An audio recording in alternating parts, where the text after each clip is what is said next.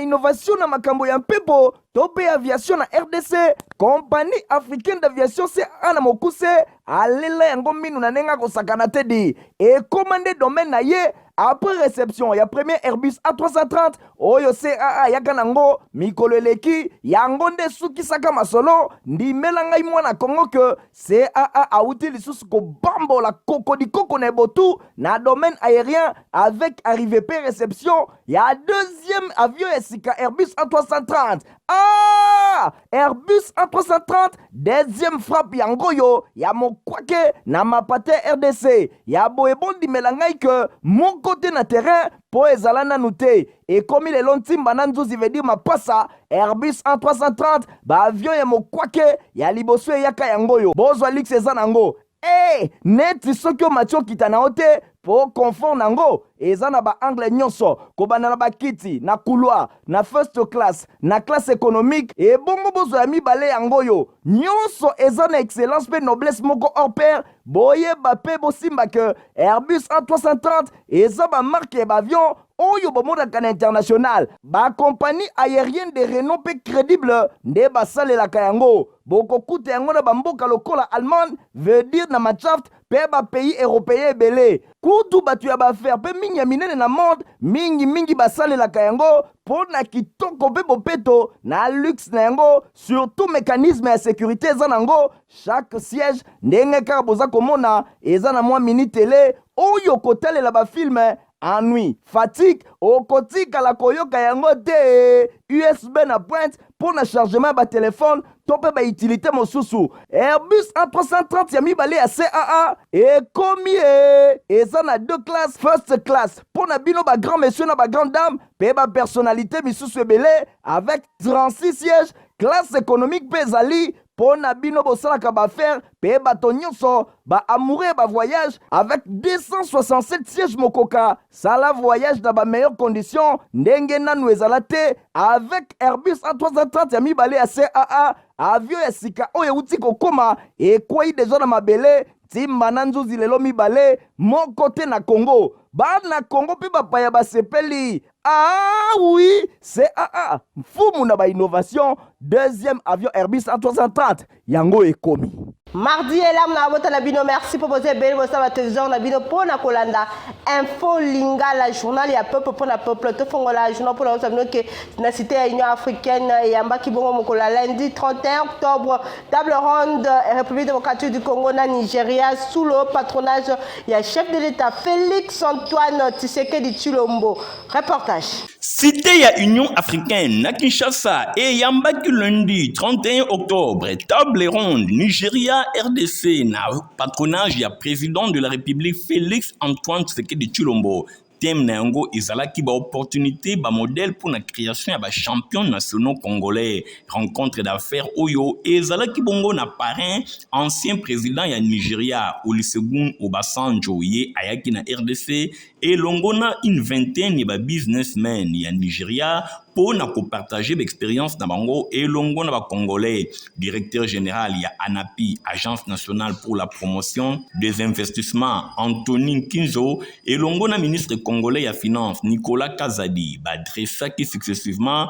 tableau ya climat des affaires na République démocratique du Congo na cadre macroéconomique ya mboka ba ministres nationaux ya ba secteur oyo ezali lié na climat des affaires ba investissement et longo na directeur ya cabinet ya chef de l'État bazala qui présent lokola ba participation na table ronde oyo nyonso na modération ya initiatrice ya Makutano Nicole Soulou discours ya clôture ezala qui prononcé et pas ya président honoraire ya Nigeria Olusegun Obasanjo ye a insisté Kimingi na mosala oyo ezali suivi na forum esprit ya entreprise lokola moteur ya transformation positive ya ba société africaine en pleine phase ya industrialisation. Tobeta bongo basolo mususu ba regroupement ya ba parti politique ba groupe parlementaire ya Assemblée nationale pe ya Sénat membre ya Union sacrée de la nation basangana ki mokola lundi 31 octobre autour ya président na bango ya Assemblée nationale pe premier ministre Ponako dénoncer agression na République démocratique du Congo une fois de plus hérité Mapindemi. Regroupement ba parti politique, ba groupe parlementaire ya Assemblée nationale, ba groupe parlementaire ya Sénat et longo na ba association pe ba personnalité ba membre ya Union sacrée de la nation, bango nyonso ba sangana ki lundi 31 octobre 2022 autour ya président ya Assemblée nationale Christophe Mbosonko Diampwanga, pe ya premier ministre Jean-Michel Sama Lukonde Kenge, pe ya premier vice-président ya Assemblée nationale, pour na ko dénoncer pe ko condamner agression, tuerie barbare, ba massacre, ba destruction oyo population ya est azali victime na yango. Bosimba ke union sacrée bazali ko senga na moto nyonso, baza na patriotisme pour na ko combattre na ba moyen nyonso, ba agresseur pe ko soutenir l'effort ya président de la République pe chef de l'État oyo azali commandant suprême ya ba forces armées et longo na police nationale. Bosimba ke na suka ya réunion déclaration politique moko etangamaki epai ya député national Bernard Kayumba, président ya parti politique Nouvel Élan du Congo Paneko na Mokuse. Alobi bango ba regroupement politique, ba groupe parlementaire ya Assemblée nationale pe ya Sénat, ba association pe ba personnalité ba membre ya Union sacrée de la nation na ndenge ba sanganaki ba telemeli pe ba évaluer situation sécuritaire ya République démocratique du Congo mingi penza na partie orientale, bazali ko dénoncer pe ko condamner agression, ba tuerie barbare, ba massacre pe ba destruction ya ndenge na ndenge oyo population ya est azali victime na yango, ezali ko benda ba déplacement ya bato ebele mibali pe basi elongo na bana pe ba koko nyonso wana Rwanda nde azali ko sala mobulu na cité ya Bunagana na territoire ya Rutshuru. Lelo vraiment bango nyonso bazwi conscience ya gravité ya likambo oyo ezali kosalema na est ya République démocratique du Congo liboso ya tragédie humaine oyo pe bato ndenge bazali kokufa bakoki ko garder silence te, nde bazali kosenga na ba congolais pe ba congolaises nyonso esengeli kosanga na mobilisation générale pour na ko défendre intégrité ya mboka na biso ngo elongo na ba institution nyonso oyo ezali légal tenir peuple oyo azali vraiment kotungisama, bazali kotelemela ba atrocité nyonso oyo Rwanda azali kosala oyo elongo pe na batu mususu oyo bazali complice ba violation ya droit de l'homme nyonso oyo ezali kosalema ezali biloko moko ya mabe ba Félix telemela Rwanda oyo azali kosepela koumisa instabilité na est ya République démocratique du Congo pour na ba raison hégémonique boye population ya RDC à Kolonga et sengeli appui ezala pour na ko accompagner chef de l'État Félix Antoine Tshisekedi Tshilombo oyo azali kosala makasi pour na kosukisa agression. Na masolo ya Premier ministre Jean-Michel Sama boyebake ya procédaki mokola lundi 30 octobre na Béatrice Hotel ya Kinshasa, lancement officiel ya campagne ya sensibilisation ya guichet unique intégré na commerce extérieur. Nadina Sona apesi bino ba détail. Ezalaki occasion pour na chef ya gouvernement ya ko rappeler que guichet unique intégral ya commerce extérieur oyo ezalaki institué na décret numéro 15/019 ya le 14 octobre 2015 oyo esalemaki suite na ba réforme gouvernementale et pa wapi objectif nango ezali ya ko rationaliser ba opération ya pré-dédouanement, dédouanement, pe post-dédouanement na oyo ezali kota la commerce extérieur ezalaki pona ko répondre na ba faiblesse ya outils informatiques ya multiplicité ya ba procédure intervenant pe prélèvement pona ko atteindre plus grande transparence na système pona chef ya gouvernement réforme ya guichet oyo esengeli ezala principalement pona ko permettre facilitation ya ba échanges commerciaux pe ya simplification ya ba procédure ya dédoublement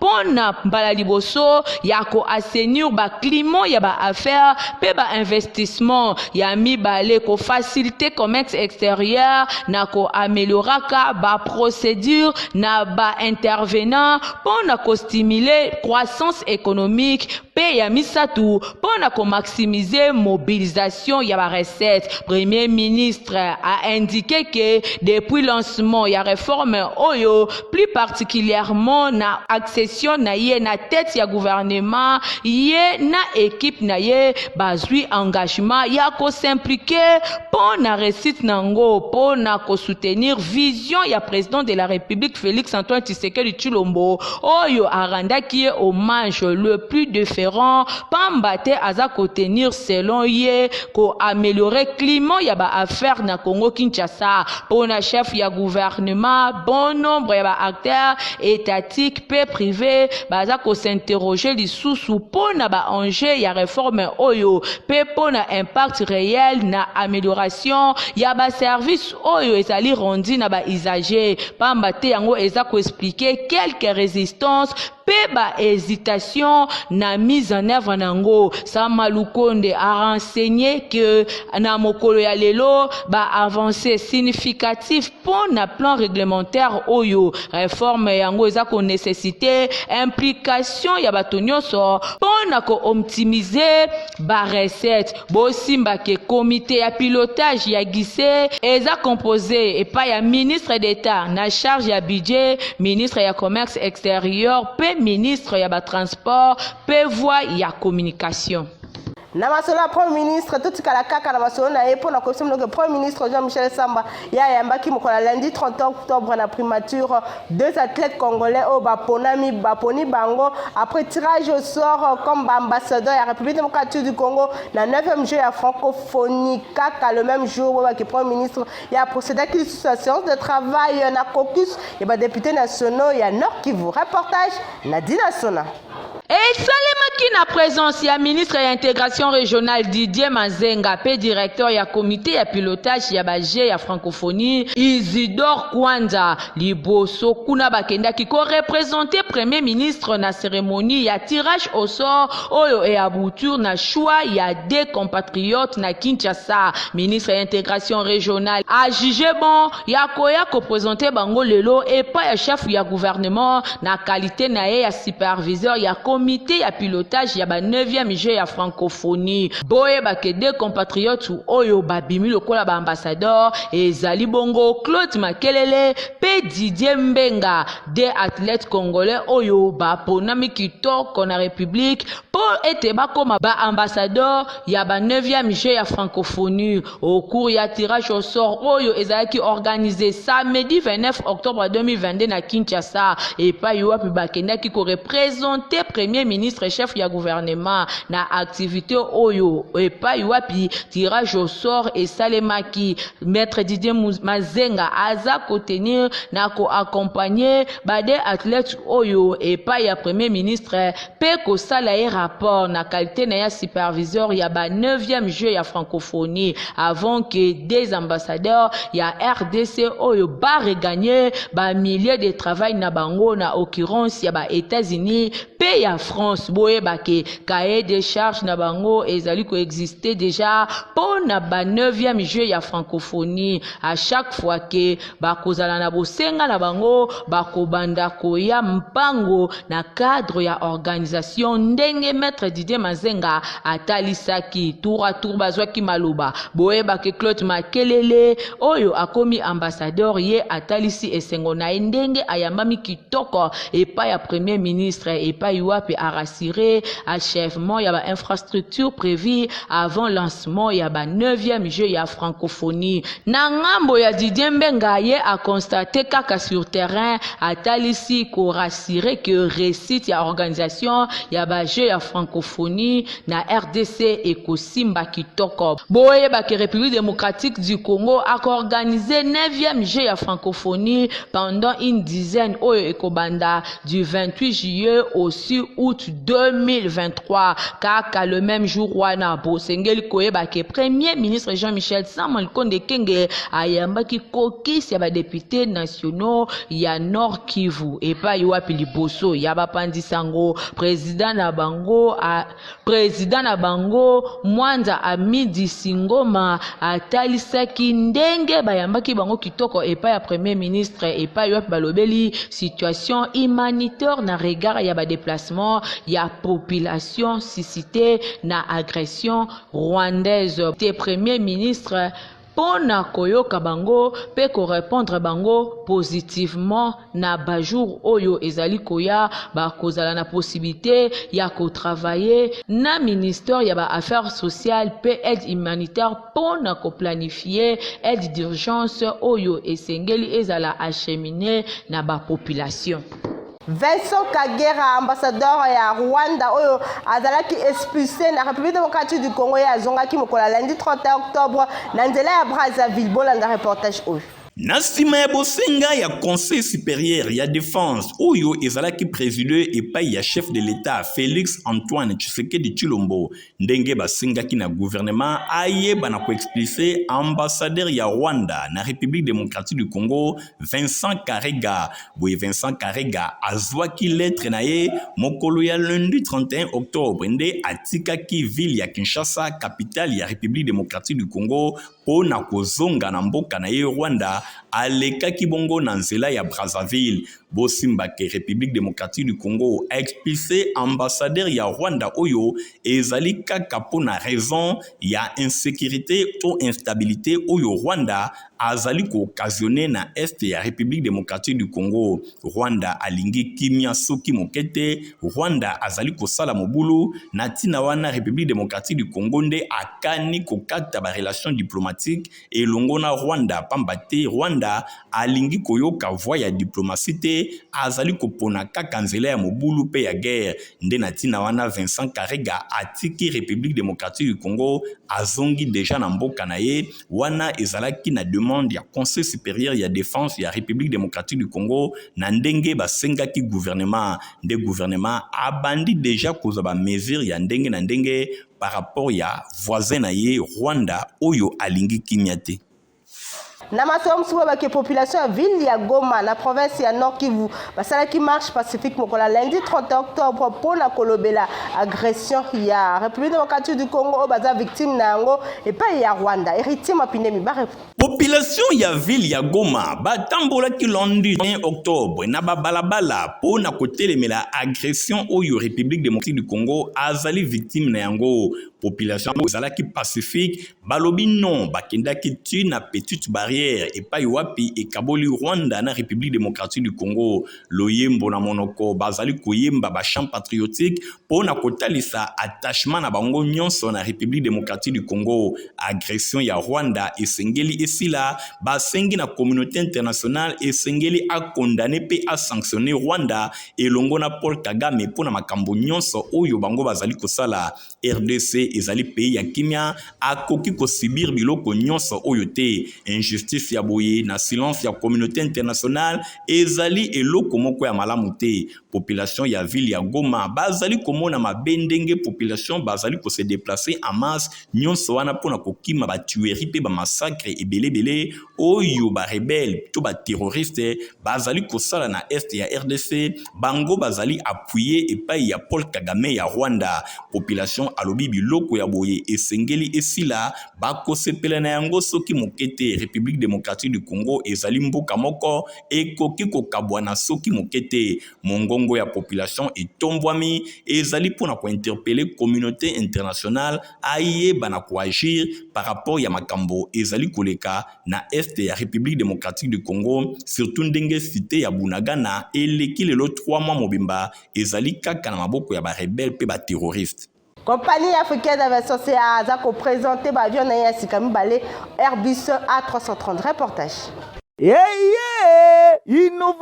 Innovation na makambo ya mpepo tope aviation na RDC. Compagnie africaine d'aviation CA na mokuse alela yango minu na nenga kosakana tedi et commandé domaine na ye après réception ya premier Airbus A330 oyo CAA yaka nango mikolo eleki yango nde sukisaka masolo ndimela ngai mwana Kongo ke CAA auti lisusu kobambola koko na botu na domaine aérien avec arrivée pe réception ya deuxième avion esika Airbus A330. Airbus A330 deuxième frappe yango yo ya mokwake na mapate RDC ya boebondi melangai ke mon côté na terrain po ezala nanu te et comme il est lontimba na nzuzi veut dire mapasa Airbus A330 ba avion ya mokwake ya liboso yaka yango yo bozwa lix eza nango neti soki o matio kita na ote po confort nango eza na ba angle nyonso kobanda na bakiti na couloir na first class na classe économique et bongo bozo ya mibale yango yo nyonso eza na excellence pe noblesse moko hors pair boyeba pe bosimba ke Airbus A330 eza ba marque ya avion oyo bomodaka na international ba compagnie aérienne de renom pe crédible nde basalelaka yango bokokuta yango na bamboka lokola Allemagne veut dire na Machaft pe ba pays européen ebele kutu batu ya baaffaire pe mingi ya minene na monde mingi basalelaka yango mpo na kitoko pe bopeto na luxe na yango surtout mécanisme ya sécurité eza nango chaque siège ndenge kaka boza komona eza na mwa mini télé oyo kotalela bafilme ennui, fatigue, okotikala koyoka yango te USB na pointe pour na chargement ba téléphone tope ba utilité mosusu Airbus A330 ya mibale ya CAA ekomi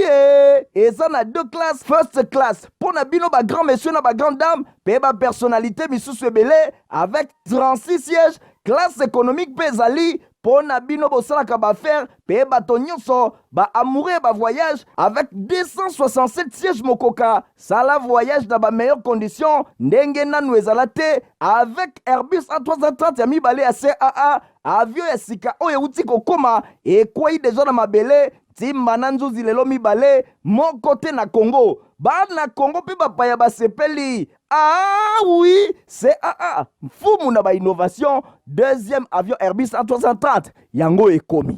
na couloir ya religion bobake 16e volume ya campagne plaidant pour l'homme de Dieu et kobanda bongo ekosalema bongo mokola samedi 12 novembre na salle panafricaine na 6e rue Cité Verte. Reportage. Sans l'influence, tu ne peux pas avancer avec le Seigneur.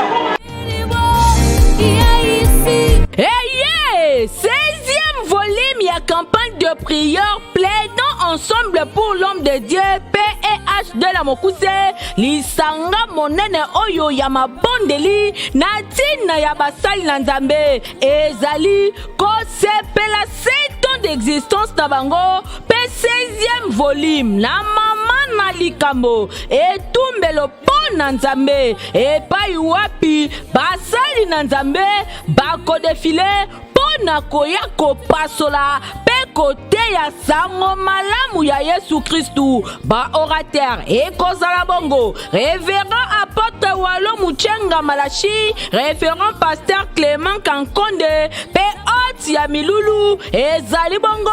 couple prophétique Osbi pe Maria Kayo wa Shamatumba bana na Nzambe likambo oyo etali mingi basali na Nzambe epai wapi bobenga mibino nyonso mokolo ya samedi 12 novembre 2022 yoka bien samedi 12 novembre 2022 de 8h à 16h botuna ngai kozala wapi molulu kitoko oyo ekosalema na salle panafricaine na 12e rue Cité Verte arrêt boulangerie basali na Nzambe bobenga mibino nyonso na campagne de prière oyo 16e volume epai wapi nkolo amimonisamaka na ndenge ya kosakana te awa ezande likambo ya mafuta yaka otondisa vase na yo boyei bolamu invisible qui opère sans douleur. Déveloterie eza kokende na suka malembe eza kopusa déjà le 7 novembre bokende ko beta déveloterie avant et suka sokoza la pusa ya kokende États-Unis d'Amérique. Bandi masolo ya déveloterie ndeko nayebisa yo kokende koluka na yo esika mosusu te pona cyber Eric bango awa basalaka bajeté. Tout ça, ce n'est que des visas. Démonstration de force. Visa. Visa. Visa. Bakosa yo te zala sur esika ozali ko beta déveloterie ezali cyber Eric.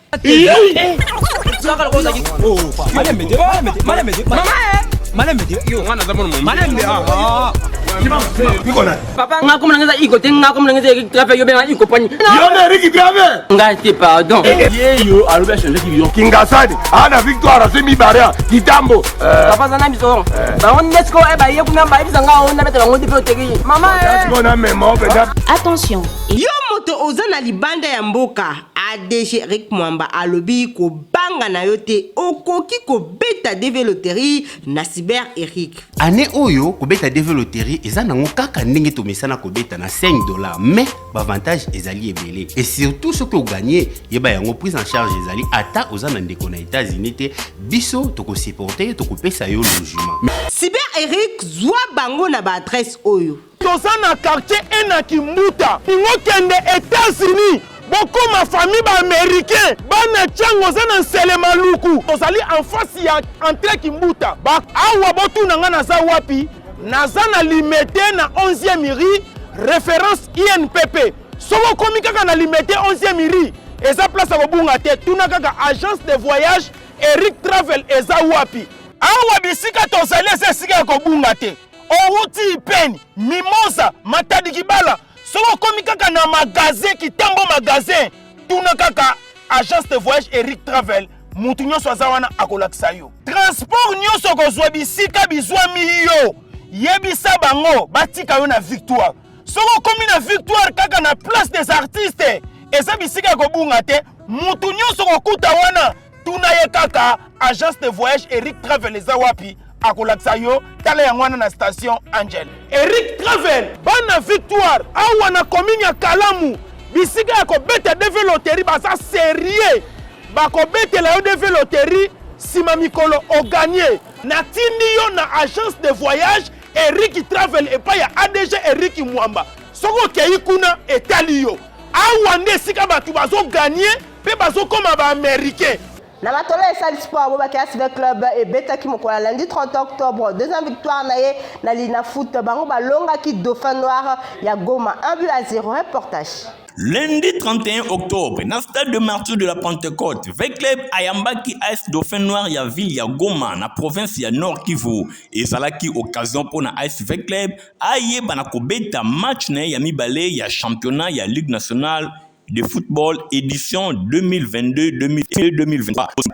Embatté na première mi-temps, équipe mon côté et marquaki score et sokaki na 0 but partout malgré une légère domination ya Vecleb likolo ya Dauphin Noir ya Goma. Tango bazongaki na deuxième mi-temps, entraîneur ya Vecleb Raoul Shungu amekaki kopesa mo ba directive et pas ya ba joueur yango et botaki mbuma. Kaka na première minute ya deuxième période, Vecleb a marquaki binae moko ya match ezalaki bongo et pas ya attaquant na ye Eli Panzo oyo azwaki ballon ye moko musika a démarraki ba défenseur ya Dauphin Noir qui no ko battre gardien ya Dauphin Noir Jackson Lunanga 1-0 malgré ba occasion mususu et monanaki kasi ni Dauphin Noir ni AS Vecleb ya Kinshasa mon côté a marqué le susu score et sokaki na 1-0 en faveur ya AS Vecleb victoire ya Vita Oyo et commissionné na 5e position avec 6 points après victoire na ye lundi eleki liboso ya AC Rangers équipe ya Dauphin Noir après 3 matchs joués atikali kaka na 1 point ya Pamba. Vous avez qui est belé pour la colonne d'info lingala journal un peu pour la pause c'est pela qui n'a pas ça merci na Igor Tingi ya zaki bongo na sima caméra concours rédactionnel ya Nadine Assona Pejadine Malembe montage Simba Maki et Paya Fabrice Lundombi coordination Stéphane Skande supervision et Héritier Mapinemi au revoir. Innovation na makambo ya mpepo tope aviation na RDC compagnie africaine d'aviation c'est ana mokuse alela yango minu na nenga kosakana tedi et commandé domaine na ye après réception ya premier Airbus A330 oyo CAA yaka nango mikolo eleki yango nde sukisaka masolo ndimela ngai mwana Kongo que CAA auti lisusu ko bambola kokodi koko na botu na domaine aérien avec arrivée P réception ya deuxième avion esika Airbus A330 Airbus A330 deuxième frappe yangoyo ya mokwake na mapate RDC ya boebondi melangai que mon moko te na terrain po ezala nanu te ekomi lelo ntimba na nzuzi veut dire mapasa Airbus A330 baavion ya mokwake ya liboso eyaka yango oyo bozwa lux eza nango neti soki omati okita na yo te po confort nango eza na baangle nyonso kobanda na bakiti na couloir na first class na classe économique ebongo bozwa ya mibale yango oyo nyonso eza na excellence mpe noblesse moko hors pair boyeba mpe bosimba ke Airbus A330 eza bamarke ya baavion oyo bomonaka na international bakompagnie aérienne de renom mpe crédible nde basalelaka yango bokokuta yango na bamboka lokola Allemagne veut dire na Machaft mpe bapays européen ebele kutu bato ya baaffaire mpe mingi ya minene na monde mingi basalelaka yango mpo na kitoko mpe bopeto na luxe na yango surtout mécanisme ya sécurité eza nango chaque siège ndenge kaka boza komona eza na mwa mini tele oyo kotalela bafilme ennui, fatigue, okotikala koyoka yango te USB na pointe pour na chargement ba téléphone tope ba utilité mosusu Airbus A330 ya mibale ya CAA ekomi eza na deux classes first class pour na bino ba grand monsieur na ba grande dame pe ba personnalité misusu ebele avec 36 sièges classe économique pe ezali pour na bino bosalaka baaffaire pe bato nyonso baamoureux ba voyage avec 267 sièges mokoka sala voyage na ba meilleures conditions ndenge nanu ezala te avec Airbus A330 ya mibale ya CAA avion ya sika oyo euti kokoma ekwei deja na mabele ntimba na nzuzi lelo mibale moko te na Congo bana Congo mpe bapaya basepeli oui CAA mfumu na ba innovation deuxième avion Airbus A330 yango ekomi